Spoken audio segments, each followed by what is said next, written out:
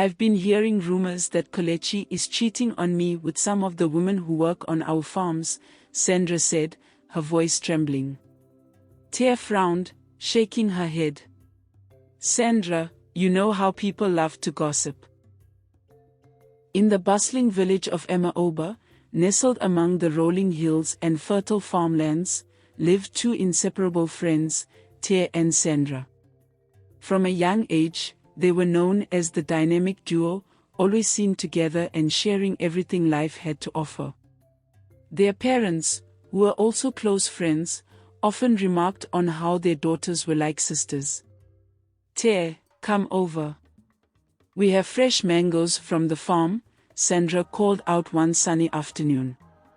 Tia, always eager to spend time with her friend, rushed over to Sandra's house. Let's go to the stream after this, Tia suggested, her eyes sparkling with excitement. As they grew older, their bond only deepened. They attended the same school, shared their dreams, and supported each other through life's challenges. When Sandra met Kelechi, a wealthy and handsome man who owned several large farms, Tia was the first to hear about him. Tia, I think I've met the one, Sandra gushed, showing Tia a picture of Kelechi. He's kind, handsome, and successful. I can't believe he's interested in me. Tia smiled warmly. You deserve all the happiness in the world, Sandra. I'm so happy for you. Sandra and Kelechi's wedding was a grand affair, and Tia stood by her friend's side as the maid of honor. The villagers admired Sandra's good fortune and praised her for finding such a wonderful husband. Life seemed perfect for Sandra, but as time went on, she began to hear unsettling rumors. Whispers of Kelechi's infidelity spread through the village, and Sandra couldn't help but feel a knot of worry in her stomach. One evening, as Sandra and Tia sat under the old baobab tree where they often shared their secrets, Sandra voiced her concerns.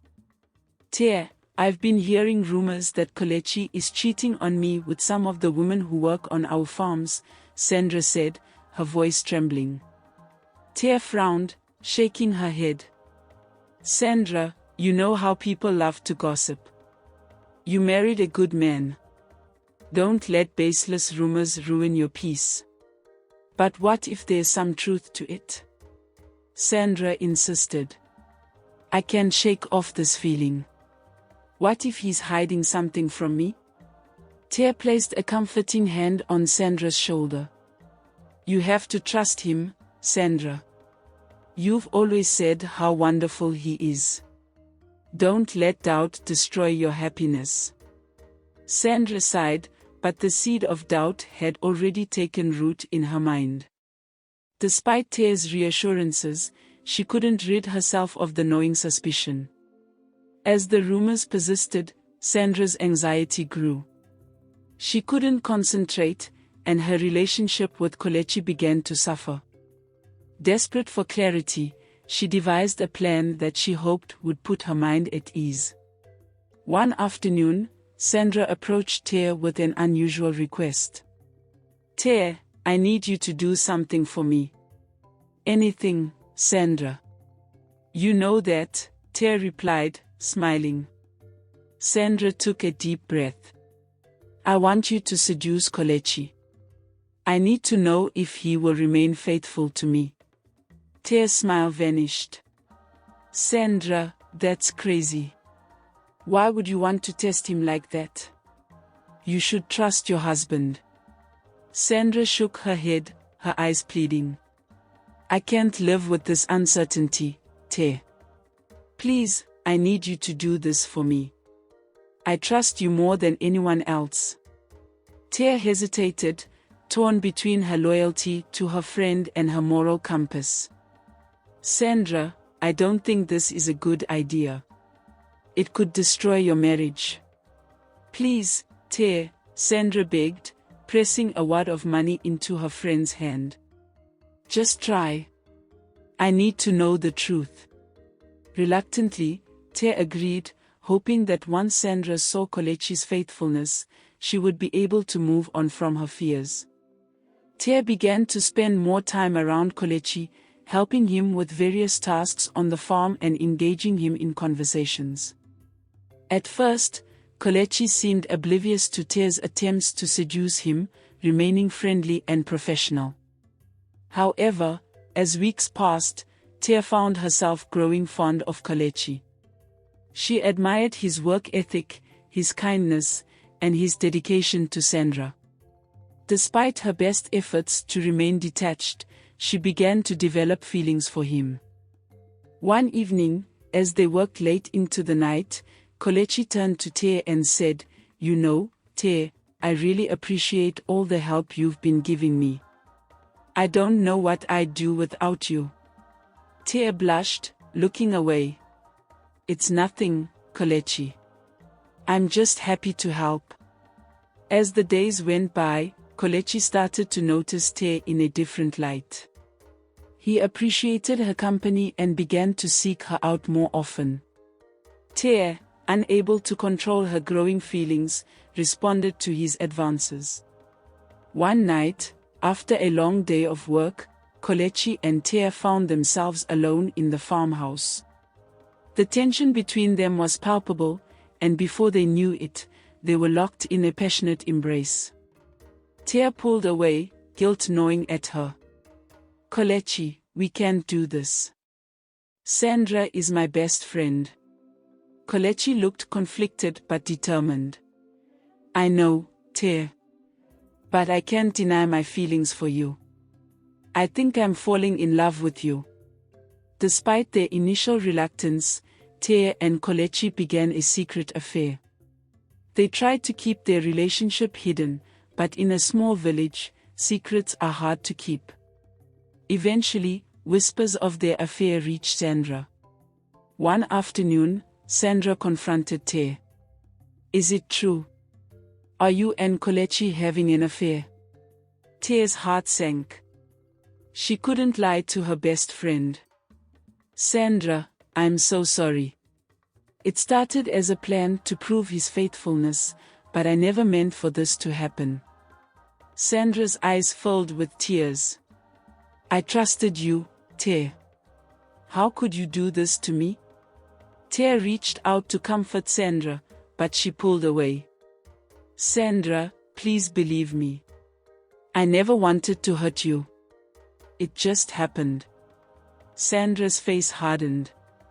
"You betrayed me, Tia. Both of you did." Sandra confronted Kelechi that evening, demanding answers. "How could you do this to me, Kelechi? After everything we've been through?" Kelechi looked down, unable to meet her gaze. "Sandra, I'm sorry. I never meant for this to happen. But I can't deny my feelings for Tia."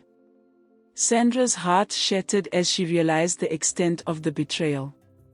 She packed her bags and left the house, unable to bear the sight of the two people she had loved the most. For the next few days, Sandra stayed with her parents, trying to process the betrayal. Her mother, Mom Nkechi, tried to console her. "My dear, sometimes life brings us pain we do not expect. You must be strong."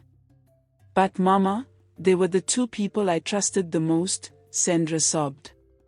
Mom Nkechi held her close. "I know, my child. It will take time, but you will heal." Meanwhile, Tia was racked with guilt and regret. She couldn't eat or sleep, haunted by the pain she had caused her best friend. One evening, she decided to confront Kelechi. "Kelechi, this isn't right. We need to end this," Tia said, her voice shaking. Kelechi looked at her with sad eyes. "Tia, I can't just turn off my feelings for you. I love you. But at what cost, Kelechi? We've hurt Sandra deeply. I can't live with myself knowing that," Tia replied, tears streaming down her face. "I know, Tia. But I can't lose you too," Kelechi said, his voice breaking. Despite their guilt, Tia and Kelechi continued their relationship, hoping that time would heal the wounds they had inflicted. However, the villagers' gossip grew louder, and the scandal became the talk of the town. One day, Sandra decided to confront Te and Kelechi one last time. She went to the farmhouse where they were working and found them together. "I need to talk to both of you," Sandra said, her voice steady despite the pain in her eyes. Te and Kelechi looked at her, guilt written all over their faces. "Sandra, we are so sorry," Te began. Sandra held up her hand. "I don't want your apologies. I just want to understand why." Kelechi sighed deeply. "Sandra, it was never our intention to hurt you. I can't explain it, but my feelings for Te grew stronger over time. And you, Te? How could you betray me like this?" Sandra asked, her voice breaking. Te's eyes filled with tears. "Sandra, I never wanted to hurt you. I tried to resist, but my feelings for Kelechi grew beyond my control. I'm so sorry." Sandra shook her head, her heart heavy with grief. "I trusted both of you with my heart. I don't think I can ever forgive you." With those words, Sandra walked away, leaving Te and Kelechi to face the consequences of their actions. The weight of their betrayal hung heavily over them, and they knew that their relationship would always be tainted by the pain they had caused. With Sandra gone, Kelechi and Te tried to move forward with their relationship, but the guilt and shame hung heavily over them. The villagers, who had once envied Sandra's marriage, now gossiped about the scandal. Months passed, and Sandra began to rebuild her life. She moved to a neighboring village, where she found solace in her work and new friendships. She refused to let the betrayal define her, determined to find happiness on her own terms. Kelechi and Te, despite their efforts, struggled to find peace.